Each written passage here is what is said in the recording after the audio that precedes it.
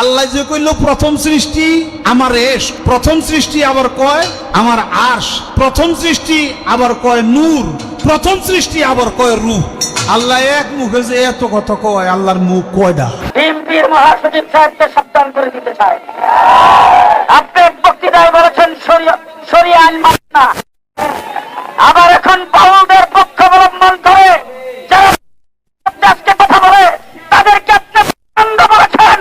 পরিষ্কার ভাষায় বলছি, আপনার আপনি মুসলমানদের কাছে ক্ষমা চান, নতুবা বিএনপির মহাসচিব থেকে পদত্যাগ করুন।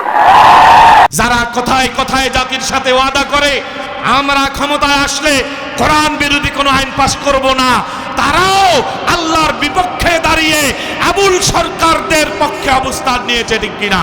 এই আবুল শয়তান তার পালাগান যাত্রাগানের মাধ্যমে আমার আল্লাহর সাথে বেয়াদবি করেছে, আমার নবীর সাথে বেয়াদবি করেছে, আমার কোরআনের সাথে বেয়াদবি করেছে, ঠিক কিনা? তাকে অ্যারেস্ট করা হয়েছে, আদালতে নেওয়া হয়েছে, জেলখানায় নেওয়া হয়েছে। এই জন্য দেখি বাম রামদের লেজুরে আগুন লেগে গেছে, ঠিক কিনা? এদেশ তিতুমিরের দেশ, এদেশ শাহজালালের দেশ, এদেশ শামসুল হক ফরিদপুরের দেশ, এদেশ মুফতি আমিনের দেশ, এদেশ চরমনায় পীর সাহেবের দেশ, এটা আল্লামা সাঈদীর দেশ, ঠিক কিনা? এই দেশকে আমরা কোনো বাউলা ফাউলার কাছে বন্ধক রাখি নাই, ঠিক কিনা? সুতরাং আমি বলবো, যে সরকার আছেন আপনি কোন নির্বাচিত সরকার নাম, তৌহিদি জনতার বুক চেরা রক্ত দিয়ে আপনাকে রক্তের স্রোতে ভাসিয়ে তারা গদিনশীল করেছেন। আপনার কাছে আমরা আর কিচ্ছু চাই না, আমরা চাই শুধু আবুল শয়তান না, তার চালা চামুন্ডা, তার দোসর যারা এদেশে কাপড়ি মেরে আছে, আল্লাহর দুশমন, নবীর দুশমন, তাদেরকে সর্বোচ্চ রায় মৃত্যুদণ্ড দিতে হবে, ঠিক কিনা? আর যদি তা না করা হয়, 20 কোটি মানুষের সাথে যদি বেঈমানি করে আপনি তাদেরকে মুক্তির ব্যবস্থা করে দেন, আল্লাহর কোরআনের সামনে রেখে, আল্লাহকে সাক্ষী রেখে বলি, যারা আমার আল্লাহর সাথে বেয়াদবি করে, আমার নবীর সাথে বেয়াদবি করে, এই পৃথিবীতে ওদের বেঁচে থাকার অধিকার নাই, ঠিক কিনা? সুতরাং আইনে কি আছে, বিচারে কি আছে, ওগুলো দেখার সময় নেই। আমি চিনি আমার আল্লাহ, আমি চিনি আমার নবী, আমি চিনি আমার রসুল, আমি চিনি আমার কোরআন। আমরা কোন শাসনকে, কোন সমাজ শক্তি, রাষ্ট্র শক্তিকে ভয় করি না। আমরা যাকে ভয় করি তিনি কে? সে আল্লাহর মহব্বত আছে না নাই? ওই মহব্বতকে বুকে ধারণ করে দীপ্ত কণ্ঠে বলতে চাই, আল্লাহর এই জমিনে, তাওহীদের এই জমিনে কোন আবুল সরকারদের স্থান হতে পারে না, তাদের বেঁচে থাকার অধিকার নাই, ঠিক কিনা? ভাইরা আমার, আফসোসের সাথে বলতে হয়, কুখ্যাত আবুল শয়তানকে যখন অ্যারেস্ট করা হয়েছে এবং অ্যারেস্ট করার পরে দেখলাম শুধু আবুল শয়তান না, এদেশের রন্ধ্রে রন্ধ্রে এরকম শয়তান ঘাপটি মেরে বসে আছে, ঠিক কিনা? যাদেরকে আমরা মনে করতাম এরা বোধহয় আমাদেরকে ভালো কিছু উপহার দিতে পারবে, যারা কথায় কথায় জাতির সাথে ওয়াদা করে আমরা ক্ষমতায় আসলে কোরআন বিরোধী কোনো আইন পাস করব না, তারাও আল্লাহর বিপক্ষে দাঁড়িয়ে আবুল সরকারদের পক্ষে অবস্থান নিয়েছে, ঠিক কিনা? সুতরাং আমি দায়িত্বহীন কণ্ঠে বলতে চাই, পৃথিবীর কোন মুফতি আমার ফতুয়াকে কিয়ামত পর্যন্ত সময় দিলাম, এই ফতুয়াকে উল্টায়া দেখাত পারলে যে আবুল সরকার ওরফে আবুল শয়তান সে জিন্দিক, সে কাফের, এবং যারা তাকে কাফের মনে করবে না তারাও কাফের। সে যদি আমি তরিকুল ইসলাম হই তাহলে আমাকেও কুফরিয়াত থেকে বাঁচানোর সুযোগ নাই, নাউজুবিল্লাহ। যদি স্বয়ং শেখ হাসিনা বলে আবুল সরকার মুসলমান, শেখ হাসিনা কাফের হয়ে যাবে। যদি খালেদা জিয়া বলে আবুল শয়তান মুসলমান, তাহলে খালেদা জিয়া কাফের হয়ে যাবে। যদি আল্লামা মামুনুল হক সাহেব বলে আবুল সরকার মুসলমান, মামুন সাহেব কাফের হয়ে যাবে। যদি মির্জা ফখরুল বলে আবুল সরকার মুসলমান, সেও কাফের হয়ে যাবে, ঠিক কিনা? সুতরাং এখন কে মুমিন?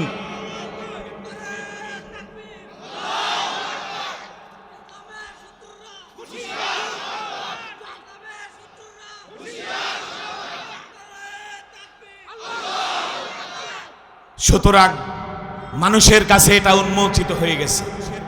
আবার আলাউদ্দিন জিহাদি, এই কুখ্যাত খণ্ড প্রতারক যে ইসলামের লেবাসধারী, সেও আবুল শয়তানের পক্ষ নিছে। নাউজুবিল্লাহ কন্যা।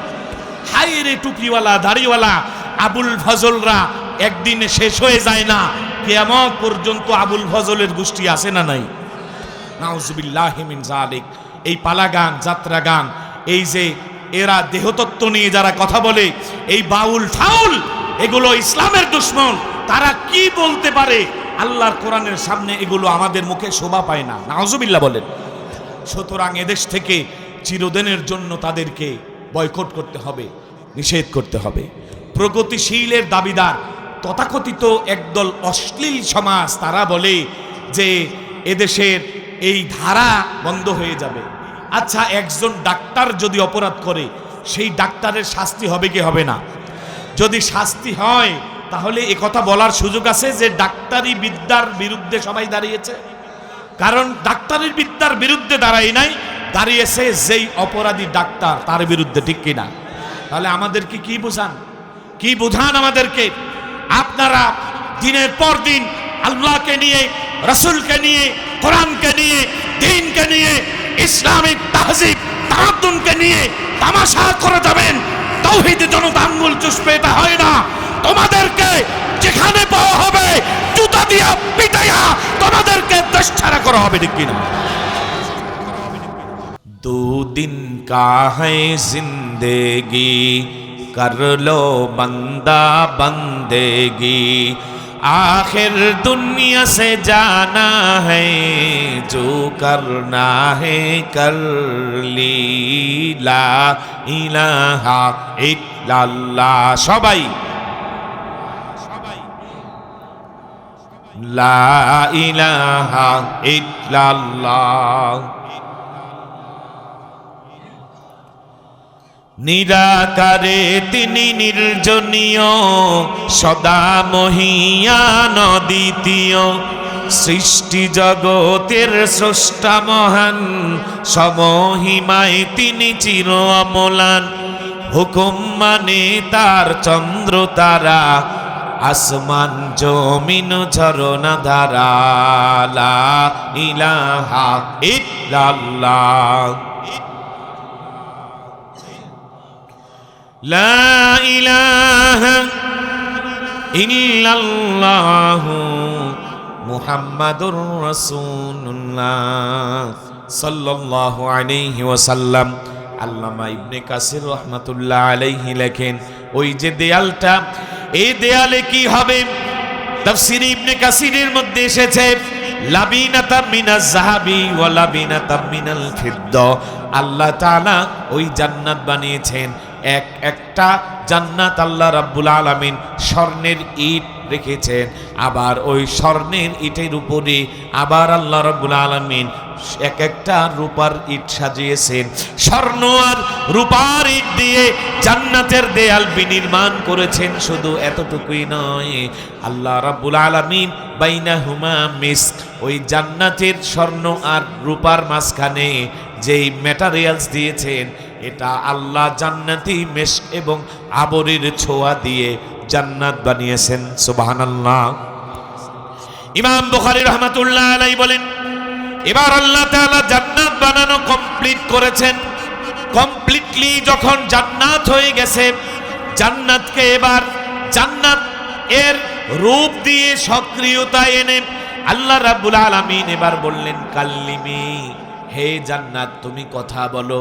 আল্লাহ রাব্বুল আলামিন যখন জান্নাতকে কথা বলার আদেশ দিয়েছে, সাথে সাথে আল্লাহর আদেশ পালন করার অর্থে জান্নাতের জবান খুলে গেছে। হেচে কাসদর মুলকে ও আনবাজ নে, কওলে ওরা লাহনে নে, আওয়াজ নে, শানিদম গাহে কালামে নাই বা আওয়াজ, মানিরা মানি দরচে বারাত না গাহে আদো কামো জামানা না হামরাহে আদো লুতুফে বায়ানা। জান্নাতকে আল্লাহ রাব্বুল আলামিন বললেন, ও জান্নাত তুমি কথা বলো। আল্লাহর আদেশ হয়েছে, জান্নাত আর চুপ থাকতে পারে না। এবার জান্নাত কথা বলা শুরু করে। আল্লামা ইবনে কাসির রাহমাতুল্লাহ আলাইহি বলেন, এবার জান্নাত যে কথাগুলো বলেছে, জান্নাতের কথাগুলো ছিল ওই কথা আমি খুতবার মধ্যে আপনাদের সামনে সূরাতুল মুমিনুন থেকে 10টি আয়াত তেলাওয়াত করেছি। এই 10টি আয়াত জান্নাত এবার তেলাওয়াত করে শোনালেন। এবার জান্নাত আল্লাহর আদেশ পাওয়া মাত্রই বলা শুরু করলেন, কদ আফলাহাল মুমিনুন আল্লাযীনা হুম ফি সালাতিহিম খাশিউন ওয়াল্লাযীনা হুম আনিল লাগwi মুরিদুন। এভাবে জান্নাত একের পর এক আয়াতগুলো পড়া শুরু করলাম।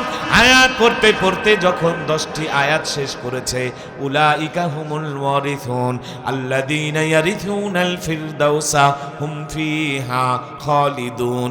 এবার আল্লাহ রাব্বুল আলামিন জান্নাতু আদনকে বললেন, হে জান্নাত, আমি তোমাকে কথা বলার জন্য যখন অনুমতি দিলাম, তুমি কথা বললে, তুমি তেলাওয়াত করলে, সূরাতুল মুমিনুন থেকে প্রথম 10টি আয়াত তুমি পড়েছো।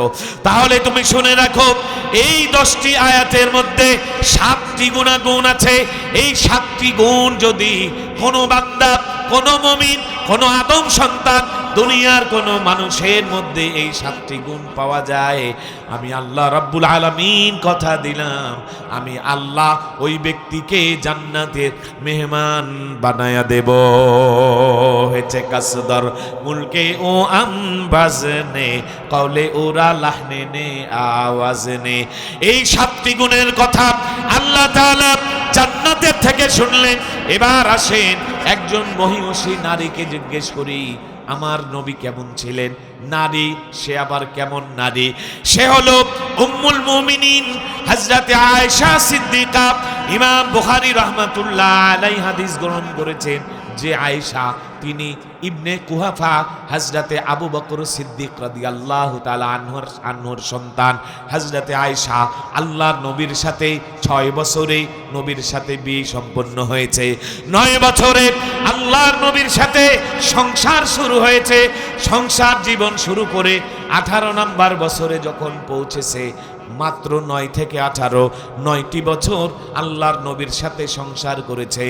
এই 9 বছরে আল্লাহ রাব্বুল আলামিন তাকে জ্ঞান, গরিমা, ইলম আর হিকমা এই পরিমাণ দিয়েছেন যে হযরতে আয়েশা এত বড় আলেম হয়ে গিয়েছেন, যার ব্যাপারে বলা হয় ওই জমানার একজন শ্রেষ্ঠ মুহাদ্দিস হযরতে আবু হুরায়রা রাদিয়াল্লাহু তাআলা আনহু, যাকে রাইসুল মুহাদ্দিসিন বলা হয়।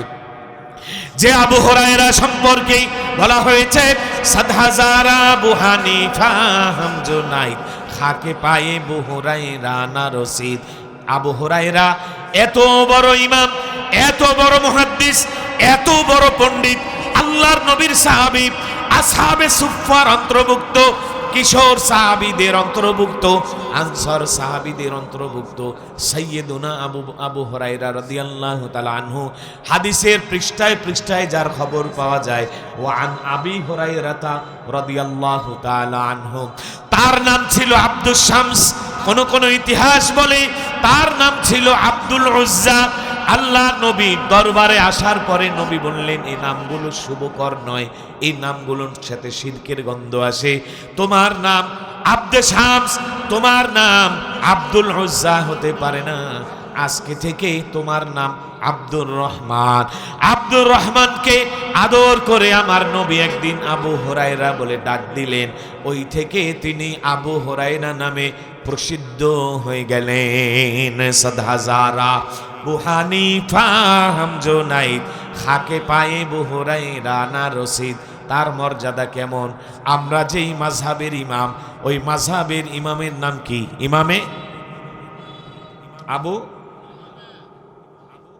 ইমামে আজম আবু হানিফা রহমতুল্লাহ। লাশটা বের হয়েছিল হসপিটাল থেকে। আবু হানিফা রহমতুল্লাহ লাশটা বের হয়েছিল কোথা থেকে জানেননি? কোথা থেকে? একটু জোরে কর না। জেল থেকে। আলহামদুলিল্লাহ বলেন। তা আমরা তো সেই ইমামের অনুসারী, যে আমাদের ইমামের লাশ জেল থেকে বের হয়, ঠিক কিনা? এটা আমাদের ইমামের সুন্নত, এটা আমাদের ইমামের সুন্নত। সুতরাং মুসলমানের জন্য জেল, জরিমানা, জুলুম, নির্যাতন হতে পারে, আসতে পারে, ইমানের পরীক্ষা আসতে পারে। মুসলিমের জীবনের পরদে পরদে ইমানের পরীক্ষা দিতে হবে। প্রয়োজনে জালেমের জিন্দাখানায় গিয়ে শাহাদাতের নাজরানা পেশ করতে হবে, যার রোডম্যাপ আমাদেরকে দেখিয়ে গিয়েছেন ইমামুল আজম আবু হানিফা রহমাতুল্লাহ আলাইহি। আবু হানিফা থেকে আল্লামা সাইদি পর্যন্ত যাদের লাশ জেল থেকে বের হয়েছে, আমরা তাদেরকে আমাদের নেতা মনে করি। আর বাতিলদেরকে জানিয়ে দিতে চাই, খবরদার, ইসলাম, মুসলমান, আল্লাহর বিরুদ্ধে কোন আইন, কোন ক্ষমতা, কোন কথা, কোন ডিসিশন গ্রহণ করার আগে বুঝবে আমরা আবু হানিফার অনুসারী, ঠিক কিনা? আমাদের জীবন কয়টা? জোরে বলেন কয়টা? মুসলমান একবারই মরে, ঠিক কিনা? সুতরাং মুসলমান বিড়ালের মতো বেঁচে থাকতে চায় না, তারা সিংহের মতো বেঁচে থাকবে। প্রয়োজনে বিড়ালের মতে 100 বছর বেঁচে থাকাকে লাথি মেরে মুসলমান সিংহের মতো 2 মিনিট বেঁচে থাকবে, ঠিক কিনা? এই শিক্ষা আমার ইমামে আজম দিয়ে গিয়েছেন। ভাইরা আমার, ইমামে আজমের লাশ বের হয়েছে জেল থেকে। রুহানিয়াতের দিক থেকে আমাদের ইমাম কতটা শক্তিশালী ছিলেন। কথিত আছে, মানুষ যখন অজু করে তার অজুর সাথে গুনাহ ঝরে যায়। এই দৃশ্যটা কারামাত হিসেবে আল্লাহ তাআলা ইমামে আজমকে দেখাইয়ে দিতেন। সুবহানাল্লাহ। এই কারামাত আমাদের থাকলে আমরা কি করতাম? চেয়ারম্যানের কাছে গিয়ে বলতাম, চেয়ারম্যান সাহেব একটু অজু করেন। চেয়ারম্যান সাহেব, আপনার অজুর সাথে তো শুধু গম পড়ে, আছে না নাই? আরে পদ্মা সেতু গিয়ে ফেলে, গম তো ছোট। আমি ভাবি, যারা ভালোভাবে বুঝবেন, যারা চোর ডাকাত জনগণের হাসরের ময়দানে এগুলো তাদের কাঁধে নিয়ে উঠবে, বলি নাউজুবিল্লাহ। ট্রাকে ট্রাকে গম, ট্রাকে ট্রাকে দুর্নীতির চাল নিয়ে মানুষ হাসরের ময়দানে উঠবে। স্কন্দ এবং কাঁধকে আল্লাহ উহুদ পাহাড়ের মতো বড় বানিয়ে দেবেন। কিন্তু আমি ভাবি, যারা পদ্মা সেতু চুরি করছে এদের গর্দানটা কত বড় হবে, কত বড় হতে হবে এই ব্রিজ কান্দে নিয়ে উঠাইতে। নাউজুবিল্লাহ কন্যা। ভাইরা আমার, সেই আবু হানিফা রহমাতুল্লাহ আলাইহি এবং হযরতে জুনাইদ বাগদাদী রহমাতুল্লাহ আলাইহি, হযরত আবু হানিফা আর জুনাইদ বাগদাদী, তাদেরকে যদি আবু হুরায়রার সাথে তুলনা করা হয়, কম্পেয়ার করা হয়, মুওয়াজানা করা হয়, তাদের সাথে যদি মিলিয়ে দেখা যায়, তাহলে দেখা যাবে আবু হানিফা আর হযরতে জুনাইদ বাগদাদী, এই দুজনকে যদি হাজার হাজার ডাবল করা হয়, 100 কোটি লোক যদি এমন হয় যে আবু হানিফা আর জুনাইদ বাগদাদী, এরপরেও আবু হুরায়রা যে জমিনের উপরে হেঁটে যায়, ওই জমিনে 100 ভাগের 1 ভাগের পরিমাণ হবে না। হাজারা আবু হানিফা হাম জুনাইদ খাকে পায়ে আবু হুরায়রা না রশিদ। এত বড় মর্যাদার সাহাবী হযরত আবু হুরায়রা রাদিয়াল্লাহু তাআলা আনহু, তিনি যখন কোনো হাদিস শাস্ত্রে জটিলতায় পড়ে যেতেন, তিনিও যার কাছে গিয়ে ধর্ণা দিতেন, তিনি হলেন আমাদের মা হযরতে আয়েশা সিদ্দিকা, বলি সুবহানাল্লাহ। আয়েশা সিদ্দিকার ছাত্ররা এসেছে, ইমামে তিরমিজি হাদিস গ্রহণ করেন, ইমামে তিরমিজি হাদিস বর্ণনা করেন, নাসাই শরীফের মধ্যে একই হাদিস এসেছে। আল্লাহর নবীর সাহাবিয়া উম্মুল মুমিনিন হযরত আয়েশা সিদ্দিকার কাছে গিয়ে বলেন, কাইফা কানা খুলুকুন নবী সাল্লাল্লাহু আলাইহি ওয়াসাল্লাম, ওগো মা আয়েশা, আমার নবীর জীবন চরিতার্থ কেমন ছিল? আল্লাহর নবীর স্ত্রী উম্মুল মুমিনিন সাইয়্যিদুনা আয়েশা সিদ্দিকা রাদিয়াল্লাহু তাআলা আনহা বলেন, আমা করাতুমুল কুরআনা, তোমরা কি আল্লাহর কোরআন পড়ো নাই? তোমরা কি আল্লাহর কোরআন রিসাইট করো না, রিচার্জ করো না, তাফাক্কুর তাদাব্বুর করো না, চিন্তা গবেষণা করো না, বিচার বিশ্লেষণ করো না, তেলাওয়াত করো না? তারা বললেন হ্যাঁ করি। আম্মা জান এবার বললেন কানা খুলুকুহুল কোরআন, 30 পারা কোরআনের মধ্যে যা আছে আমার নবীর গোটা জিন্দেগির মধ্যে তা আছে। আবার আমার নবীর জিন্দেগির মধ্যে যা আছে 30 পারা কোরআনের মধ্যে তা আছে। এজন্য আমি আমার ভাষায় বলি, এই কোরআন চলতে পারে না, এই কোরআন বলতে পারে না, এই কোরআন রাজনীতি করতে জানে না, এই কোরআন জিহাদ করতে পারে না, এই কোরআন মানুষের সমাজ নিজে এসে পরিচালনা করতে পারে না। ভাইরা আমার, এমন একটা কোরআন যদি দেখতে চান, যেই কোরআন চলতে জানে, যেই কোরআন বলতে জানে, যে কোরআন রাজনীতি করতে জানে, যে কোরআন যুদ্ধ করে, যেই কোরআন হাসে, যে কোরআন কাঁদে, যে কোরআনের সুখ আছে, যে কোরআনের দুঃখ আছে, এমন একটা কোরআন যদি দেখতে চান, ওই কোরআন আর কেউ নয়, ওই কোরআন হলেন আমার নবী সাল্লাল্লাহু আলাইহি ওয়াসাল্লাম। উম্মে সালমা এই জন্য বলেন কানা ইয়ামশি আলাল আরদে, এমন কোরআন যদি দেখতে চান যে জমিনের উপর দিয়ে হেঁটে যায়, ওই কোরআনের নাম হলো মুহাম্মাদুর সাল্লাল্লাহু। সেই কোরআনের কথা বললেন আম্মা জান আয়েশা। আল্লাহ ইবনে কাসির রহমাতুল্লাহ আলাইহি বলেন, এবার আম্মা জান 10টি আয়াত তেলাওয়াত করলেন। আমরা যে 10টি আয়াত তেলাওয়াত করেছি সূরাতুল মুমিনুন, এই 10 আয়াত তেলাওয়াত করে তিনি বললেন, এই 10টি আয়াতের মধ্যে 7টি বিষয় এমন আছে যে 7টি বিষয় আমার নবী সাল্লাল্লাহু আলাইহি সাল্লামের জীবনে বাস্তবায়িত হয়েছিল। কেউ যদি আমার নবীকে সাল্লাল্লাহু আলাইহি ওয়াসাল্লামকে অনুকরণ করতে চায়, ইত্তেবা করতে চায়, তার জীবনের মধ্যে যেন এই 7টি আমলকে বাস্তবায়ন করে নেয়।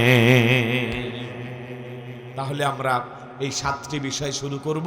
প্রথম বিষয়, আল্লাযীনাহুম ফি সলাতিহিম খাশিউন, মুমিন হচ্ছে তারা, কদ আফলাহাল মুমিনুন, মুমিনরা বিজয়ী হয়ে গেছে, মুমিনরা সফলকাম, মুমিনরা উইনার। আর তাদের এই বিজয়ের জন্য যে কোয়ালিটি, যেই গুণ, যে ডেজিগনেশন তাদের থাকা দরকার, সেই গুণ হলো মুমিন যে হবে নামাজ সে পড়বে। সুবহানাল্লাহ। তাহলে মুমিনের প্রথম পরিচয় কি? আরো জোরে বলেন কি? কদ আফলাহাল মুমিনুন আল্লাযীনা হুম ফি সলাতিহিম খাশিউন, মুমিন হবে তারা খুশু এবং খুজুর সাথে নামাজ পড়বে যারা। এবার আসেন খাশিউনের অর্থ কি? খাশিউনের অর্থে আল্লামা সাবুনি রহমাতুল্লাহ আলাইহি সুন্দর তাফসীর করেছেন। আল্লামা আলুসি রহমাতুল্লাহ আলাইহি বলেন, খাশিউনা আই সাকিনুনা খাইফুনা বিআজমাতিল্লাহি সুবহানাহু ওয়া তাআলা। নামাজে দাঁড়াবে নামাজি, নামাজের মধ্যে একমাত্র আল্লাহর জন্য অন্তরকে ভীত করবে, খুশু এবং খুজু করবে, এবং এক চিত্তে মুখলিসিন আলাহুদ্দিন, শুধুমাত্র কেবলমাত্র একমাত্র আল্লাহর জন্য নামাজ আদায় করবে। ঠিক কিনা আমার ভাইরা? এই যে খাশিউনের কথা বলা হয়েছে, নামাজের কথা বলা হয়েছে, মুমিন যারা নামাজ পড়বে তারা। এবার আসেন এই নামাজ, এই খুশু আমাদের মধ্যে কেমনে আসবে? আল্লাহ নবীকে জিজ্ঞেস করেন, ইয়া রাসূলুল্লাহ, ইয়া হাবিবাল্লাহ, এই খুশু এবং খুশু আমরা কিভাবে পাবো? রাহমাতাল লিল আলামিন আমাদেরকে বলে গিয়েছেন, এই খুশু এবং খুশু আসবে ইহসানের মাধ্যমে। সুবহানাল্লাহ। ইহসানের তাফসীর কি?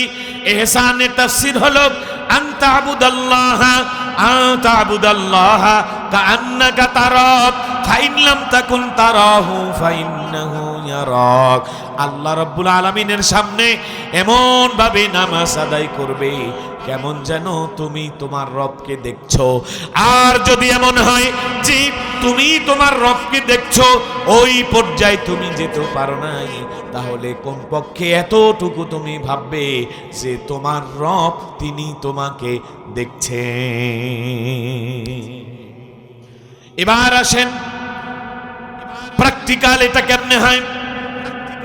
আল্লামা শিবলি আর জুনায়েদ বাগদাদি এই দুইজন তারা জঙ্গলের মধ্যে দিয়ে হেঁটে যাচ্ছে। হঠাৎ করে আসরের আজান হয়ে যায়, নামাজ পড়ার জন্য আর কাউকে খুঁজে পায় না। একজন কাঠুরিয়া ওই জঙ্গলের মধ্যে ছিল। ওই কাঠুরিয়া এমন আল্লাহওয়ালা, জীবনে কোনোদিন সে নামাজ তরক করে নাই। শুধু কি তাই, জীবনে কোনোদিন তাকবীরে উলা খতম হয় নাই, চার হয় নাই।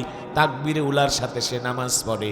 আজকে জঙ্গলের মধ্যে সে মনে মনে ভাবে, রব্বে কায়নাত, আমি আজ একা, আমি জীবনে নামাজ তরক করি নাই, জামাত তরক করি নাই। এমনকি তাকবীরে উলা ইমাম সাহেব যে আল্লাহু আকবার বলে নামাজে দাঁড়ায়, এই তাকবীরটা পর্যন্ত আমার ছোটে নাই। আমি আজকে জামাত ছাড়া নামাজ পড়লে আমার রেকর্ড ভঙ্গ হয়ে যায়। আল্লাহ, আমি কি করতে পারি? আমাকে একটা দুইটা মুসল্লি মিলাইয়া দেন। ওই জামানার শ্রেষ্ঠ দুইজন স্কলার আল্লাহর ওলি জুনায়েদ বাগদাদি আর শিবলি রহমাতুল্লাহ আলাইহিরা হেঁটে হেঁটে যাচ্ছে। হঠাৎ করে কাঠুরিয়ার সাথে দেখা। বলল, কাঠুরিয়া, আচ্ছা তুমি কি নামাজ পড়বে? কাঠুরিয়া বলল, হ্যাঁ, নামাজের জন্যই তো মানুষ খুঁজছি। আসেন আমরা যখন তিনজন একসাথে আছি, এই জঙ্গলের মধ্যে আমরা জামাত করব, তিনজনের জামাত হবে, নামাজ হবে। এখন কেউ কাউকে চেনে না, নামাজের ইমামতি কে করবেন? মাসআলা হলো, উপস্থিত যারা থাকবে তাদের মধ্যে সবচাইতে বিশুদ্ধ কেরাত যে পড়তে পারে, সুন্দর কেরাত যে পড়তে পারে, সে ইমাম হবে। এবার বলল, হে শিবলি, আপনি কেরাত পড়ুন। হযরতে শিবলি রহমাতুল্লাহ আলাইহি কেরাত পড়লেন। এবার জুনায়েদ বাগদাদি কেরাত পড়লেন। দুইজনের কেরাত শেষ হয়ে গেল। কাঠুরিয়াকে বললেন, তুমি কেরাত পড়ো। কাঠুরিয়া এবার কেরাত পড়লো। কাঠুরিয়া দেখলো, যখন কাঠুরিয়া কেরাত আরম্ভ করেছে, আল্লাহর কালাম পড়া আরম্ভ করেছে, এবার কাঠুরিয়া লক্ষ্য করে দেখে যে শিবলি আর জুনায়েদ বাগদাদির দু চোখ বেয়ে ঝরঝর করে পানি পড়তেছে। তামার দেসুখন না গুফতা বাসাত, তামার দেসুখন না গুফতা বাসাত, আইব হুনা রস না হুফতা বাসাত, হারবে সারা গোমা মা বর কে খালিস, হারবে সারা গোমা মা বর কে খালিস, বাসাদ কে পালং গে খোফতা বাসাত। এবার কাঠুরিয়া বলে, হে আগন্তুক অতিথিবৃন্দ, আমি আপনাদেরকে চিনি না। আপনারা আমার তেলাওয়াত শুনে, আমার কোরআন শুনে, আমার পড়া শুনে অঝরে কাঁদছেন। কি হয়েছে তা তো বলতে পারি না, আমার এমন কি ভুল হয়েছে? তারা বললেন, ভুল হয় নাই রে ভাই। ও কাঠুরিয়া, তোমাকে তো দেখতে এমন মনে হয় না। আহারে, তুমি যখন তেলাওয়াত শুরু করেছো, এমন সুন্দর দরদ মাখা মধুময় তেলাওয়াত, মনে হয় জীবনে কোনোদিন এমন তেলাওয়াত শুনি না।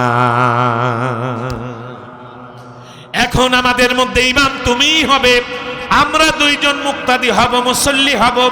কাঠুরিয়া বলেন, আমি কোনোদিন ইমামতি করি নাই, আমার কেরাত বিশুদ্ধ কিনা এভাবে আমাকে কেউ কোনোদিন বলে নাই। আমি আজকে ইমামতি করব না, আপনারাই ইমামতি করেন। তারা বলল, না, তুমি যেই জায়গায় আছো আমাদের ইমামতি চলবে না, তোমার পিছনেই দাঁড়াতে হবে। অনেক চেষ্টা করেও ফিরাতে পারল না। এবার কাঠুরিয়া নামাজে দাঁড়ালো, রুকুর মধ্যে গেল। রুকুর মধ্যে প্রায় আধা ঘন্টা পার হয়ে যায়, রুকু থেকে মাথা ওঠায় না। জুনায়েদ বাগদাদি আর শিবলি তারা মনে করো কি হয়েছে, রুকুর মধ্যে কি মারা গেল। আধা ঘন্টার পরে রুকুর থেকে মাথা উঠিয়েছে, মাথা উঠিয়ে আবার সেজদার মধ্যে যায়। প্রায় আধা ঘন্টা শেষ হয়ে যায়, সেজদা থেকে উঠে আবার সেজদার মধ্যে যায়। এভাবে নামাজ শেষ করলো। লম্বা সময় নিয়ে নামাজ শেষ হয়েছে। মাগরিবের রক্ত প্রায় কাছাকাছি চলে এসেছে। আমার ভাইয়েরা, আমার বন্ধুরা, এবার নামাজ শেষ হওয়ার পরে আল্লাহর ওলি হযরত জুনায়েদ বাগদাদি আর হযরত শিবলি রহমাতুল্লাহ আলাইহি জিজ্ঞেস করলেন, কি দিয়ে নামাজ পড়েছো, কেমনে নামাজ পড়েছো? বললো এই সূরা দিয়ে নামাজ পড়েছি। তাহলে এত দেরি কেন হলো? এবার বলতে চাই না। বলে যদি না বলো তাহলে ধরে নেব আমাদের আমলে কাসির হয়েছে, নামাজ ভেঙে গেছে। এই জন্য তোমাকে বলতেই হবে কেন নামাজে দেরি হয়েছে। এবার কাঠরিয়া বলছে আমি নামাজ পড়েছি, নামাজে দাঁড়িয়েছি, আমি তো জানি না আমার কেরাত কেমন, শুদ্ধ না অশুদ্ধ। এই জন্য নামাজের মধ্যে দাঁড়িয়ে আমি আর কাকে জিজ্ঞেস করব, কাকে জিজ্ঞেস করব? তাই আমি সরাসরি আল্লাহকে জিজ্ঞেস করেছি, সুবহানা রাব্বিয়াল আযীম, আই উসাব্বিহু সুবহানাকা ইয়া রাব্বি আল আযীম। আমি যখন সুবহানা রাব্বি বলে ডাক দিয়েছি, এই যে রব বলে যখন ডাক দিয়েছি, আমি এবার শপথ করেছি যতক্ষণ পর্যন্ত আল্লাহ রাব্বুল আলামিন আমার ডাকে সাড়া না দেবে ততক্ষণ পর্যন্ত আমি রুকু থেকে মাথা উঠাবো না। মাকুন সুস্তি নামাজে পাঞ্জেগানা, মাকুন সুস্তি নামাজে পাঞ্জেগানা, ফাওয়াইলুল লিল মুসাল্লিন আল্লাযিনা গারতুকাহি কে আজ হক্কে বাগোই নামাজে খুদবা হুজুরে বজুই। আমার ভাইরা, এবার কাঠরিয়া বলছে আমি এবার রুকুর মধ্যে গিয়ে আমার আল্লাহকে ডাক দিয়েছি, আল্লাহ তাআলা আমার ডাকে সাড়া দেয় নাই, আমি ডাক বন্ধ করি নাই, শুধু ডেকেছি সুবহানা রব্বি, আর বলেছি হে রব্বি কারীম আমি মাথা উঠাবো না, কারণ আমার কিরাত বিশুদ্ধ কিনা এটা তো আমি জানি না। এই দুইজন বলেছে তাদের কথা আমি বিশ্বাস করি নাই, আমি তোমার কাছে তোমার কথা তোমার কণ্ঠে শুনতে চাই। আল্লাহু আকবার। হেচে কাজদর মুলকে ও আম বাজনে কওলে ওরা লাহনে নে আওয়াজ নে। আল্লাহ তোমার কাছে শুনবো, তুমি বলে দাও আমার নামাজ হয়েছে কিনা, আমার কেরাত বিশুদ্ধ হয়েছে কিনা। এভাবে যখন ডাক দিয়েছে, এবার কাঠরিয়া বলে আমার ডাক যেতে যেতে আরশে আজিম পর্যন্ত পৌঁছে গেছে। আল্লাহু আকবার। আরশে আজিম পর্যন্ত আমার ডাক পৌঁছে যাওয়ার পরে এবার ৭০,০০০ নূরের পর্দা, এক একটা পর্দা টাস টাস করে চিরে গেছে। চিরে গিয়ে আরশে আজিম থেকে আল্লাহ আমার দিকে ইলতিফাত করেছে। আমি আল্লাহ রাব্বুল আলামিনকে বলেছি ও রব তুমি উত্তর দাও আমার কিরাত বিশুদ্ধ কিনা, আমার রুকু কবুল করেছো কিনা। আল্লাহ তাআলা যতক্ষণ পর্যন্ত উত্তর দিতে দেরি করেছে আমি ততক্ষণ পর্যন্ত রুকু থেকে মাথা উঠাই না। এই হলো নামাজ, এই হলো নামাজ। আর নামাজের মধ্যে একাগ্রতা। আজ আমাদের নামাজ থেকে আমরা দূরে সরে গেছি, নামাজের একাগ্রতা নাই, নামাজের মধ্যে আল্লাহর জন্য খুশু এবং খুজু নাই। আল্লামা ইবনে কাসির রহমাতুল্লাহ আলাইহি লেখেন সাহাবীরা নামাজে দাঁড়াতেন, নামাজে দাঁড়িয়ে আকাশের দিকে তাকিয়ে থাকতেন। এই আয়াত শরীফা যেদিন নাজিল হলো, কদ আফলাহাল মুমিনুন আল্লাযীনা হুম ফি সালাতিহিম খাশিউন, নামাজি যারা মুমিন তারা যারা নামাজে আল্লাহর কাছে বিনম্র চিত্তে দাঁড়াবে। এই আয়াত যেদিন নাজিল হয়েছে ওই দিন থেকে সাহাবীদের নজর সেজদার জায়গা থেকে আর এদিক সেদিক যায় না। ভাইরা আমার, এবার আসেন এই যে মন ছুটে যায় এদিক সেদিক চলে যায়, এই মনকে আমরা নামাজের মধ্যে কিভাবে রাখতে পারি, কেমনে রাখতে পারি, মনকে নামাজের মধ্যে ঢুকায় রাখবো। এবার আসেন দেশ গ্রামে মানুষ আইল রাখে, ক্ষেতের আইল, আইলের ওই পাশে ঘাস থাকে, আইলের ওই পাশে ফসল থাকে, ধান ক্ষেত থাকে, গম ক্ষেত থাকে, পাট ক্ষেত থাকে, আইলের উপরে সাধারণ ঘাস থাকে। মুমিন ওই আইলের ঘাসগুলো গরুকে খাওয়ায়, গরুর সাথে একটা রশি বেঁধে ওইখানে দাঁড়িয়ে থাকে, ওই ঘাসগুলো গরুতে খায়। ঘাসের থেকে গরু মাথা উঠাইয়া যখন ধানের দিকে যায় একটা টান দেয়, আবার ঘাস খায়, আবার যায়, আবার টান দেয়, আবার ঘাস খায়, আবার যায়, আবার টান দেয়, আবার ঘাস খায়। মালিক কিছুতেই তাকে ঘাসের দিকে রাখে, কিছুতেই ফসলের দিকে যেতে দেয় না। এই জন্য ঘাস হলো বৈধ, ফসল হলো অবৈধ। এবার এই অবলা প্রাণী, ইতর শ্রেণীর প্রাণী এক সময় এই প্রাণীটাকে টানাটানি করতে করতে সে বুঝে যায় যে আমার জন্য এই ঘাস খাওয়া বৈধ, ফসল খাওয়া অবৈধ। এক পর্যায়ে গিয়ে ওই পশুকে আর টানাটানি করা লাগে না, এমনিতেই সেই ঘাস খায়, ফসলে মুখ দেয় না। এমন ইতিহাস আছে না নাই? ভাইরা আমার, একটা ইতর শ্রেণীর প্রাণী, একটা পশু যদি এমন হয়ে যায় যেই পশু শুধুমাত্র ঘাস খায়, টানাটানি করতে করতে সে অন্যদিকে মুখ দেয় না, আমাদেরও এমনি ভাবে আমাদের নফসে আম্মারাকে রশি দিয়ে আটকাতে হবে। নামাজের মধ্যে সে চলেই তো যাবে, আবার টান দিতে হবে, আবার চলে যাবে, আবার টান দিতে হবে, আবার চলে যাবে, আবার টান দিতে হবে। এমন করতে করতে একটা সময় দেখা যাবে এই মনটা নফসে মুতমাইন্না হয়ে গেছে, এখন আর মনকে টান দিতে হয় না, এই মন এমনিতেই নামাজের মধ্যে বসে যায়। ভাইরা আমার, আবু হুরায়রা রাদিয়াল্লাহু তাআলা আনহু হাদিস গ্রহণ করেন, আমাদের বাবা মা যখন একসাথে হন, ইয়াখরুজু মিন বাইনিস সুলবি ওয়াত তারাইব, বাবা মায়ের মিলন হয়, এই মিলনের মাধ্যমে আমরা মাতৃগর্ভে আসি। বাবার পৃষ্ঠদেশ, মায়ের বক্ষ দেশ থেকে মিম্মানিকি ইউমনা আমরা স্খলিত পানির মাধ্যমে একত্রিত হই, রেহেমের মধ্যে যাই, জরায়ুর মধ্যে যাই। এবার হযরতে আবু হুরায়রা বলেন, আল্লাহ রাব্বুল আলামিন দুইজন ফেরেশতা মাতৃগর্ভে পাঠিয়ে দেন। সুবহানাল্লাহ, দুইজন ফেরেশতা পাঠিয়ে দেন, হে কারিগর ফেরেশতারা, মায়ের গর্ভে এবার একটা স্ট্রাকচার তৈরি করো, একটা মানব দেহ তৈরি করো। একটা মানব দেহ তৈরি করা হয়, স্ট্রাকচার তৈরি করা হয়, সম্পূর্ণ স্ট্রাকচার হয়ে যায়, কিন্তু মুখমণ্ডল হয় না, মুখটা এখনো বাকি আছে। এবার আল্লাহ রাব্বুল আলামিন বলেন, ফেরেশতারা কোন পর্যন্ত বানিয়েছো? ফেরেশতারা বলে, রব্বুল আলামিন আপনি তো দেখতে পান এই পর্যন্ত বানিয়েছি। আল্লাহ তাআলা বলেন, এবার তোমরা চলে যাও, মুখমণ্ডল বানানো তোমার দায়িত্ব না।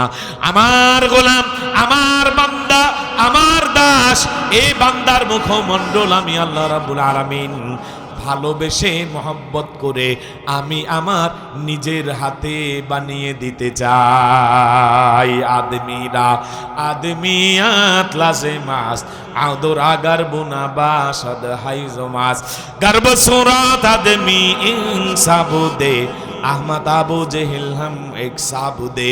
এবার দেখা যায় এই লোকটার মুখমণ্ডল আল্লাহ রাব্বুল আলামিন ভালোবেসে তার নিজের হাতে তিনি বানায় দেয়। লাকাদ খালাকনাল ইনসানা ফি আহসানি তাকওয়িম। আল্লাহ রাব্বুল আলামিন বলেন, আমি বড় মায়া করে, বড় দয়া করে, বড় ভালোবেসে, বড় করুণা করে, বড় কৃপা করে আমি আল্লাহ তাআলা অনুকম্পা প্রদর্শন করে মানবতার এই মুখ অবয়ব আমি আল্লাহ রাব্বুল আলামিন বানিয়েছি। আমাদের দেশে একটা অনুষ্ঠান হয়, ওটার নাম হলো পহেলা বৈশাখ, আছে না নাই? এই পহেলা বৈশাখে আমার দেশের কিছু বিপদগামী কিশোর তরুণ কিশোরী তরুণীরা তারা সেদিন মঙ্গল শোভাযাত্রা নামে একটা শোভাযাত্রা করে, আর ওই যাত্রার মধ্যে তারা এই সুন্দর মুখের উপরে খরগোশ, কুত্তা, বিড়াল, শিয়াল, ইঁদুর, বানরের মুখোশ লাগায় কি লাগায় না? অথচ এই মুখমণ্ডল কে বানিয়েছেন? কেমন যেন তারা প্রমাণ করতে চায় আমরা তথাকথিত প্রগতিবাদী, সেই হিসেবে আমরা আশরাফুল মাখলুকাত হওয়ার যোগ্য ছিলাম না। তাই কেমন যেন তারা প্রমাণ করে দেয় সারা বছর মানুষের রূপ ধারণ করলেও আসলে তারা মানুষ হওয়ার যোগ্য না। এই জন্য পহেলা বৈশাখ আসার সাথে সাথে কিছুক্ষণের জন্য তারা জানোয়ারের আকৃতি ধারণ করে, বলি নাউজুবিল্লাহ। এ সমস্ত শোভা নামক অশোভা যাত্রায় আমরা আমাদের ভাই, আমাদের তরুণ, আমাদের সন্তান, আমাদের মেয়ে, আমাদের কন্যা, আমাদের বন্ধু, আমাদের প্রতিবেশীদেরকে যেতে দিব না ইনশাআল্লাহ। ভাইরা আমার, আল্লাহ রাব্বুল আলামিন এত আদর করে, এত মায়া করে, এত দয়া করে, এত করুণা অনুকম্পা প্রদর্শন করে তিনি কেন কেন মানুষকে এই আদর করে তৈরি করলেন, এর নেপথ্যের কারণ বিচার বিশ্লেষণ করে মুফাসসিরিন কেরাম বলেন শুধুমাত্র এই জন্য আল্লাহ রাব্বুল আলামিন মানুষকে এত সুন্দর করে নিজের হাতে তৈরি করেন যে এই মুখ অবয়ব, এই চেহারা, এই আকৃতি, এই মস্তক একদিন আল্লাহ তাআলার কদমের উপরে সিজদায় পড়ে যাবে। সুবহানাল্লাহ। আল্লাহর কদমের দাম আছে না নাই? আমার ভাইয়েরা, সর্বশক্তিমান আল্লাহ রাব্বুল আলামিন তার কুদরতি কদমখানা আল্লাহ তাআলা সিজদারত মুমিন নামাজীর কপালের নিচে এনে লাগিয়ে দেন। নামাজি নামাজ পড়ে, সে সেজদা দেয় জমিনে, কিন্তু জমিনে সেজদা দিলে কি হবে? আল্লাহর নবী বলেন প্রত্যেকটা মুমিন যখন সেজদা দেয় তার কপালের নিচে আল্লাহ তাআলার পা বিছায়া দেন। ভাইরা আমার, শুধু কি তাই? আল্লাহ তাআলা তার পিঠের উপরে আল্লাহ রাব্বুল আলামিনের রহমতের হাত দিয়ে তাকে আদর করতে থাকেন। আর বান্দা যখন আল্লাহ রাব্বুল আলামিনের সিজদা করে, ওই সময় বান্দা আল্লাহর সাথে সবচাইতে বেশি ঘনিষ্ঠ হয়ে যায়। হাম তুমহারে তুম হামারে হো চুকে, হাম তুমহারে তুম হামারে হো চুকে, दोनों जानिब से इशारे हो चुके। ला इलाहा इल्लल्लाह, ला इलाहा इल्लल्लाह।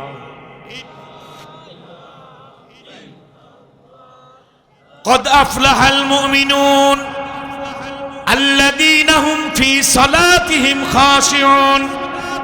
এবার আসেন, এই যে নামাজ নামাজ নামাজ, এই পৃথিবীতে যত পয়গাম্বার এসেছে মুসনাদে আহমদ জয়ীফ সূত্রে হাদিস গ্রহণ করেন।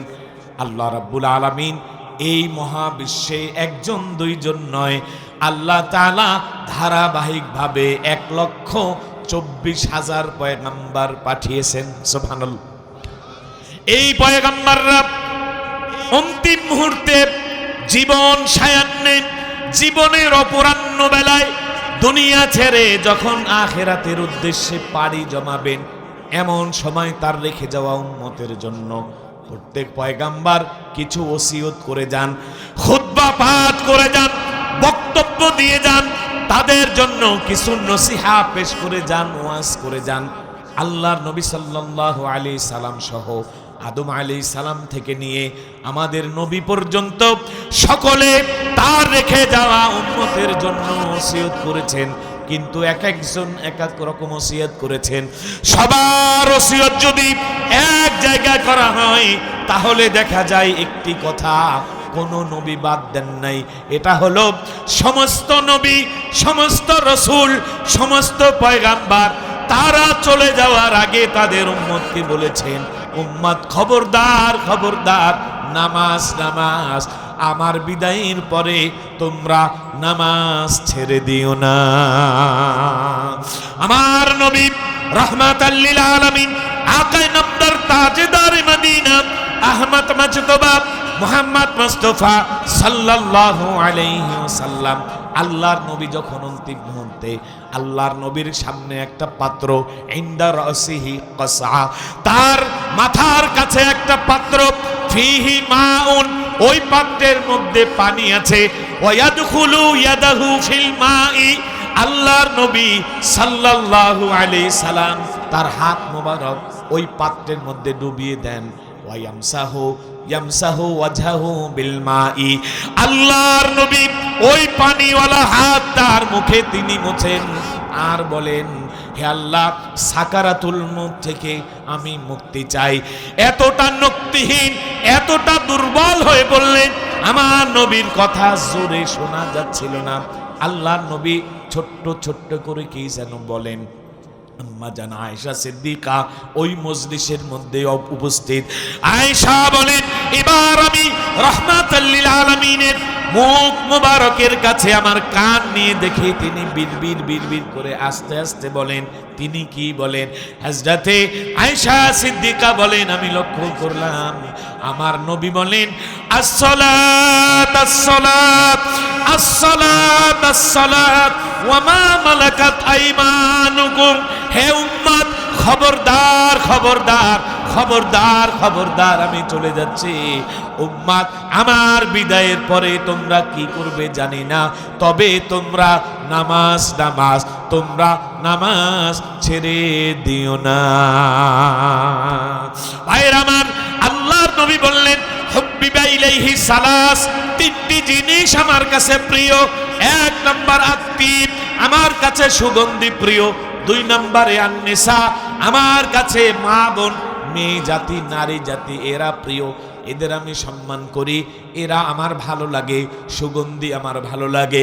তিন নম্বর আল্লাহর নবী বলেন, ওয়া জুইলাত কুররাতু আইনিস সালাহ, আর আমার চোখের শীতলতা হলো নামাজ, নামাজ এবং নামাজ। মাকুন সুস্তি নামাজে পাঞ্জেগানা ফাওয়াইলুল লিল মুসাল্লিন আল্লাযিনা। এজন্য জীবনে যা কিছু করি আর না করি, যেভাবে চলি আর না চলি, আমরা কেউ নামাজ ছাড়বো না, এই ওয়াদা দিতে আমরা রাজি আছি না নাই? কারা কারা রাজি আছে? আল্লাহ কবুল করুক, বলি আমিন। 5 ওয়াক্ত নামাজ পড়বেন ইনশাআল্লাহ, হাত নামান। আল্লাহ রাব্বুল আলামিন মুমিনের ডেজিগনেশন, মুমিনের কোয়ালিটি, মুমিনের গুণাগুণ, মুমিনের স্তুতি বলতে গিয়ে 1 নম্বর নামাজের কথা বললেন। আরো লম্বা তাফসীর, আয়াতের শানে নুজুল, হযরতে ওমর রাদিয়াল্লাহু তাআলা আনহু থেকে লম্বা শানে নুজুল, ওই দিকে আমরা যাব না, কারণ আমাদের সামনে আরো আয়াত রয়েছে।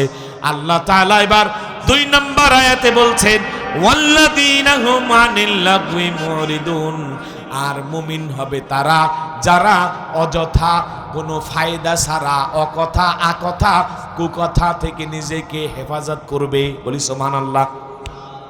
লগবের ব্যাখ্যায় মুফাসসিরিন কিরাম বলেন, লগবের 1 নাম্বার অর্থ হলো আশিরক, মুমিন শিরক করবে না। মুমিন কি করবে না? ইন্না শিরকা লা যুলমুন আযীম, শিরক হচ্ছে মস্ত বড় জুলুম। ইন্নাল্লাহা লা ইয়াগফিরু আইয়ুশরাকা বিহি, আল্লাহ তাআলা কোন শিরককারীকে ক্ষমা করবে না।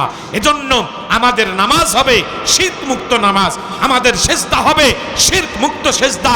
তাই আমাদের এই মস্তক কোন খাজা বাবা, দরগা বাবা, পাগড়িওয়ালা, গাদ্দিওয়ালা, কাসিমওয়ালা, কসবালা, মাসওয়ালা, গাছওয়ালা, বাজার, মাজার, দরগা, দুর্গা কাউকে সেজদা দেওয়া যাবে না। সেজদা দিতে হবে একমাত্র জাকিরতিনিকে, আর কাউকে সেজদা দেওয়া যায় না, ঠিক কিনা? ওয়াল্লাযীনা হুম আনিল লাগওয়ি মুরিদুন। লাগওয়ের 1 নম্বর অর্থ হলো শিরক, 2 নম্বর অর্থ হলো আল কিসব, মিথ্যা কথা বলা যাবে না। মিথ্যা হলো উম্মুল মাআসি, উম্মুল খাতা, সমস্ত গুনাহের মায়ের নাম হলো মিথ্যা কথা। বলি নাউজুবিল্লাহ। লাগওয়ের 3 নম্বর ব্যাখ্যা, আল মাআসিয়া। লাগওয়ের 3 নম্বর ব্যাখ্যা হলো গুনাহ, ছোট থেকে বড়, বড় থেকে ছোট, সগীরা কবিরা, জানা অজানা, শিরক বেদাত, জহিরি বাতেনি, রাতের অন্ধকারে দিনের আলোতে, যৌবনের তাড়নায় পড়ে, নফসের দোকায় পড়ে, শয়তানের ফেরেবে পড়ে, সমস্ত গুনার নাম হলো লাগব। আল্লাহ হেফাজত করুক, বলি আমিন। 4 নম্বর অর্থ, লাগবের 4 নম্বর অর্থ হলো ওয়াল কওলু ওয়াল ফি'লু আল্লাদানি লা ফাইদাতা ফীহিমা মিন ফাওয়াইদিদ দুনিয়া ওয়াল আখিরাহ। মানুষের কথা এবং কাজ এমন হতে হবে, যেই কথা যেই কাজের মধ্যে হয়তো দুনিয়ার অথবা আখিরাতের ফায়দা থাকতে হবে। যদি এটা না থাকে, ওইটা হলো লগব। বলি নাউজুবিল্লাহ। আর এক লগবকে বলা হয় লাহওয়াল হাদিস, যেটা কোরআনের সাথে সরাসরি সংঘর্ষ হয়ে এসেছে। বলি নাউজুবিল্লাহ। যখন কোরআনের দাওয়াত আসলো, কোরআনের দাওয়াত শোনার জন্য রাতের আধারে আবু জেহেল, আবু লাহাব, উতবা, সাইবা, ওয়ালিদ ইবনে মুগীরারা চোরের মতো গিয়ে আল্লাহর নবীর ঘরের চারপাশে দাঁড়িয়ে কেরাত শুনতো। নজর ইবনে হারেসকে দায়িত্ব দেওয়া হলো এই থেকে মানুষকে কিভাবে ফেরানো যায়। এবার নজর ইবনে হারেস সে মিশর আসলো, মিশর থেকে সে নর্তকী হায়ার করে নিয়ে তাদের দ্বারা যাত্রা গান, পালা গান ইত্যাদি ইত্যাদি বাউলা ফাউলা গান আবিষ্কার করে মানুষদেরকে কোরআন থেকে ফিরিয়ে রাখার অপচেষ্টা করলো, বলি নাউজুবিল্লাহ। সেই বাউল গান আজকে আমাদের দেশে মহামারীতে রূপ নিয়েছে। ভাইরা আমার, ইতিমধ্যে আপনারা জানেন একজন কুখ্যাত আল্লাহর দুশমন, নবীর দুশমন, মানবতার দুশমন, ইসলামী তাহজিব তামাদ্দুনের দুশমন, যার নাম হলো আবুল সরকার ওরফে আবুল শয়তান, ঠিক কিনা? একে আমরা আবুল সরকার বলতে পারি না, আমরা বলবো এ হলো আবুল শয়তান। এই আবুল শয়তান তার পালাগান যাত্রাগানের মাধ্যমে আমার আল্লাহর সাথে বেয়াদবি করেছে, আমার নবীর সাথে বেয়াদবি করেছে, আমার কোরআনের সাথে বেয়াদবি করেছে, ঠিক কিনা? তাকে অ্যারেস্ট করা হয়েছে, আদালতে নেওয়া হয়েছে, জেলখানায় নেওয়া হয়েছে। এই জন্য দেখি বাম রামদের লেজুরে আগুন লেগে গেছে, ঠিক কিনা? এদেশ তিতুমিরের দেশ, এদেশ শাহজালালের দেশ, এদেশ শামসুল হক ফরিদপুরের দেশ, এদেশ মুফতি আমিনের দেশ, এদেশ চরমনাই পীর সাহেবের দেশ, এটা আল্লামা সাঈদীর দেশ, ঠিক কিনা? এই দেশকে আমরা কোনো বাউলা ফাউলার কাছে বন্ধক রাখি নাই, ঠিক কিনা? সুতরাং আমি বলবো, যে সরকার আছেন, আপনি কোন নির্বাচিত সরকার নাম, তৌহিদি জনতার বুক চেরা রক্ত দিয়ে আপনাকে রক্তের স্রোতে ভাসিয়ে তারা গদিনশীল করেছেন। আপনার কাছে আমরা আর কিচ্ছু চাই না, আমরা চাই শুধু আবুল শয়তান না, তার চালা চামুন্ডা, তার দোসর যারা এদেশে কাপড়ি মেরে আছে, আল্লাহর দুশমন, নবীর দুশমন, তাদেরকে সর্বোচ্চ রায় মৃত্যুদণ্ড দিতে হবে, ঠিক কিনা? আর যদি তা না করা হয়, 20 কোটি মানুষের সাথে যদি বেঈমানি করে আপনি তাদেরকে মুক্তির ব্যবস্থা করে দেন, আল্লাহর কোরআনের সামনে রেখে, আল্লাহকে সাক্ষী রেখে বলি, যারা আমার আল্লাহর সাথে বেয়াদবি করে, আমার নবীর সাথে বেয়াদবি করে, এই পৃথিবীতে ওদের বেঁচে থাকার অধিকার নাই, ঠিক কিনা? সুতরাং আইনে কি আছে, বিচারে কি আছে, ওগুলো দেখার সময় নেই। আমি চিনি আমার আল্লাহ, আমি চিনি আমার নবী, আমি চিনি আমার রসুল, আমি চিনি আমার কোরআন। আমরা কোন শাসন শোষণকে, কোন সমাজ শক্তি, রাষ্ট্র শক্তিকে ভয় করি না। আমরা যাকে ভয় করি তিনি কে? সে আল্লাহর মহব্বত আছে না নাই? ওই মহব্বতকে বুকে ধারণ করে দীপ্ত কণ্ঠে বলতে চাই, আল্লাহর এই জমিনে, তাওহীদের এই জমিনে কোন আবুল সরকারদের স্থান হতে পারে না, তাদের বেঁচে থাকার অধিকার নাই, ঠিক কিনা? ভাইরা আমার, আফসোসের সাথে বলতে হয়, কুখ্যাত আবুল শয়তানকে যখন অ্যারেস্ট করা হয়েছে এবং অ্যারেস্ট করার পরে দেখলাম শুধু আবুল শয়তান না, এদেশের রন্ধ্রে রন্ধ্রে এরকম শয়তান ঘাপটি মেরে বসে আছে, ঠিক কিনা?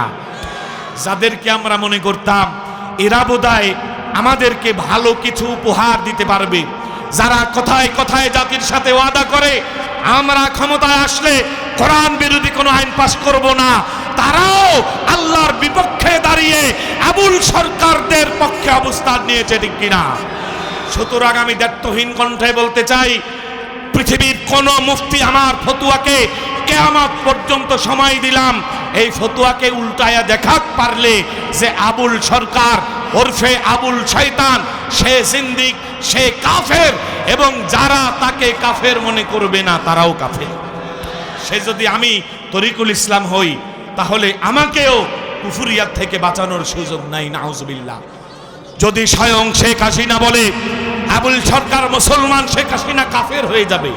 যদি খালেদা জিয়া বলে আবুল শয়তান মুসলমান, তাহলে খালেদা জিয়া কাফের হয়ে যাবে। যদি আল্লামা মামুনুল হক সাহেব বলে আবুল সরকার মুসলমান, মামুন সাহেব কাফের হয়ে যাবে। যদি মির্জা ফখরুল বলে আবুল সরকার মুসলমান, সেও কাফের হয়ে যাবে, ঠিক কিনা? সুতরাং এখন কে মুমিন?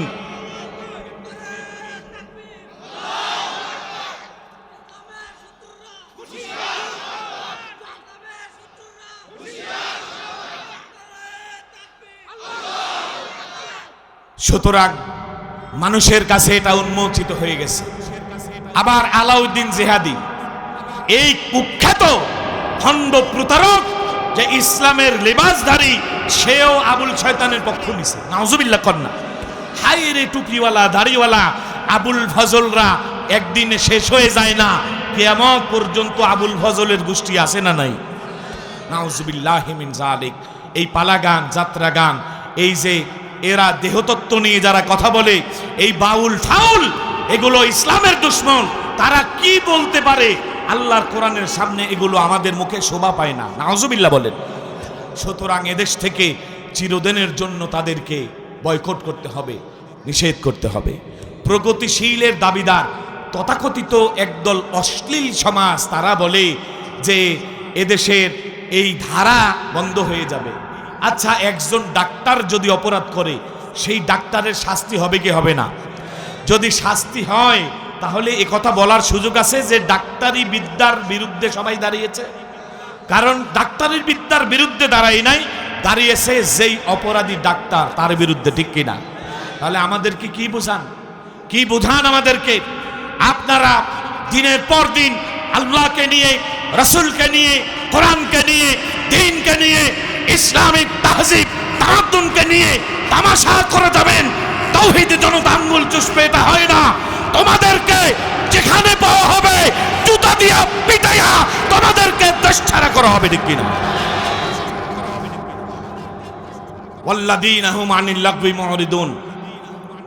আল্লাহ রাব্বুল আলামিন বলছেন, মুমিন হলো তারা যারা এ সমস্ত অলিক কথাবার্তা, ফাহশা কথাবার্তা, ফায়দা ছাড়া কথাবার্তা থেকে নিজেকে হেফাজত করবে। আল্লাহ কবুল করুক বলে আমি। এটা গেল 2 নম্বর গুণ। 3 নম্বর গুণ আল্লাহ রাব্বুল আলামিন বলছেন, ওয়াল্লাযীনা হুম লিয-যাকাতি ফাইলুন। মুমিন হলো তারা যারা যাকাত আদায় করবে। আল্লাহু আকবার। এই আয়াতের তাফসীরে মুফাসসিরিনে কেরামের 3টি দল পাওয়া যায়। একদল মুফাসসির বলেন, আলোচ্য আয়াত দ্বারা যাকাত উদ্দেশ্য না, তাজকিয়াতুন নফস উদ্দেশ্য। কারণ এই আয়াত মক্কায় নাজিল হয়েছে, আর যাকাত প্রথা মদিনায় চালু হয়েছে। সুতরাং অন্য কোন আয়াতের মাধ্যমে যাকাত এসেছে, কিন্তু এই আয়াতের মাধ্যমে তাজকিয়ে নফস এসেছে। কোন মুফাসসির বলেন, না, এই আয়াত দ্বারাই যাকাতের কথা বলা হয়েছে। আর কোন মুফাসসির বলেন, এই আয়াত দ্বারা যাকাতের কথাও বলা হয়েছে, তাজকিয়ায়ে নফসের কথাও বলা হয়েছে। সুবহানাল্লাহ। এবং এটাই অধিক গ্রহণযোগ্য কথা। এরপর আল্লাহ তাআলা বলেন, ওয়াল্লাযীনা হুম লিফুরুজিহিম হাফিজুন। এবং মুমিন হলো তারা যারা নিজের ফারজকে, পর্দাকে হেফাজত করে, সংরক্ষণ করে। আল্লাহ তাআলা এবার বললেন, এই পর্দা হেফাজত করা, ফামানি বিতাগা ওয়ারাআ যালিক, পর্দা হেফাজত করার ক্ষেত্রে নিজের ফরজ ছাড়া যারা অন্যত্র চরিত্র ভুলুণ্ঠিত করবে, চরিত্র হরণ করবে, উলাইকা হুমুল আদুন, তারা হলো সীমা লঙ্ঘনকারী বলি। নাউজুবিল্লাহ। ফামানি বিতাগা ওয়ারাআ যালিক।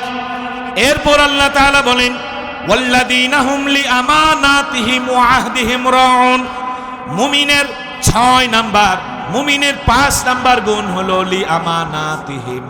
মুমিনরা তাদের আমানতের খেয়ানত করবে না।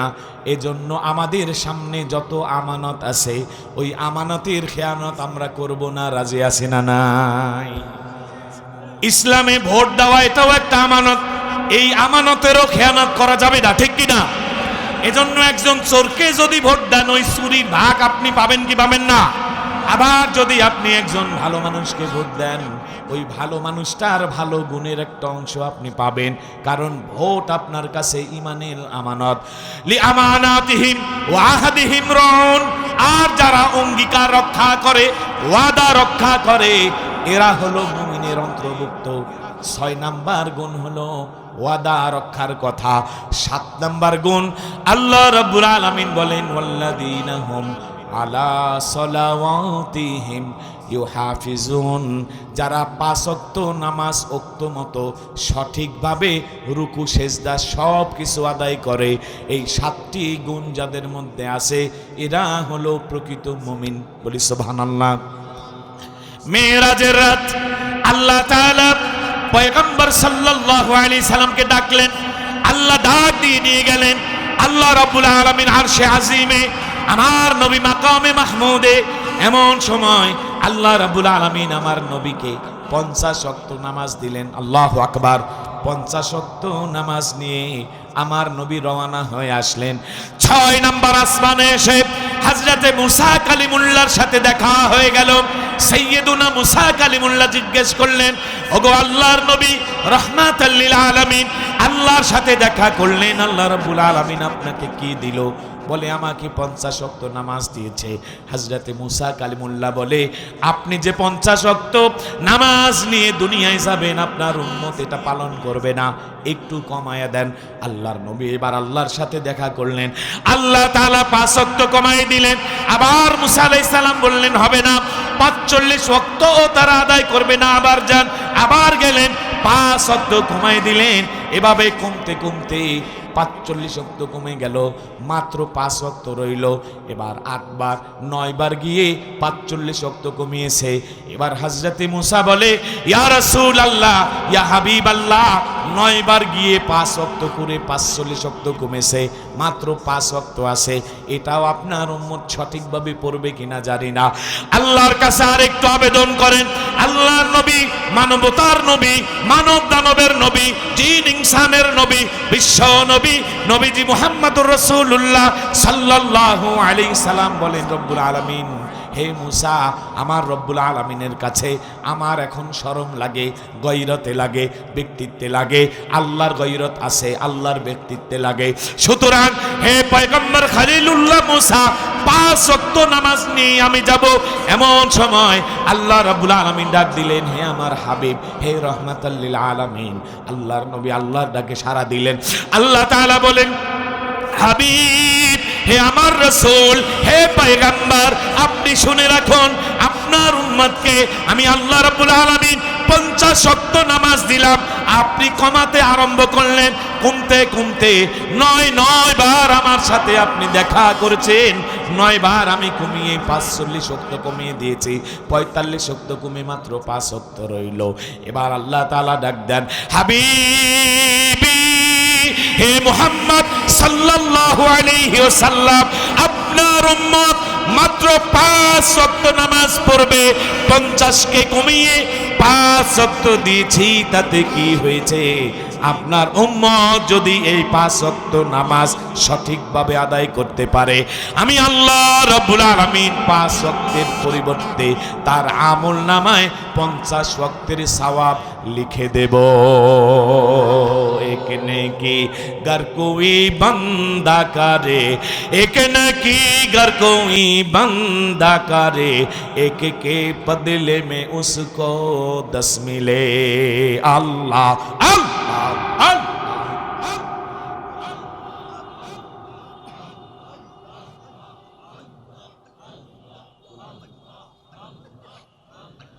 ला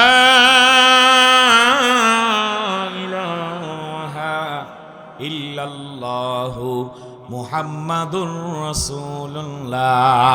এই 7টা গুণ আমাদের মধ্যে প্রতিস্থাপন করার প্রয়োজন আছে না নাই? এই 7 গুণ যার মধ্যে আছে সে মুমিন। এই 7 গুণ যার মধ্যে নাই সে মুমিন হতে পারে না, সে পূর্ণ মুমিন দাবি করতে পারে না। এবার এই 7 গুণ যদি থাকে তার কি হবে? আল্লাহ রাব্বুল আলামিন বলেন, উলাইকা হুমুল ওয়ারিসুন। এই 7 গুণ যার মধ্যে আছে আল্লাহ তাআলা তাকে ওয়ারিস বানায় দেবেন। সুবহানাল্লাহ। ওয়া ক্বালু আলহামদুলিল্লাহিল্লাযী সাদাকানা ওয়া'দাহু ওয়া আওরাথানাল আরদা নাতাবাওয়াউ মিনাল জান্নাতি হাইথু নাশা ফানি'মা আজরুল আমিলিন।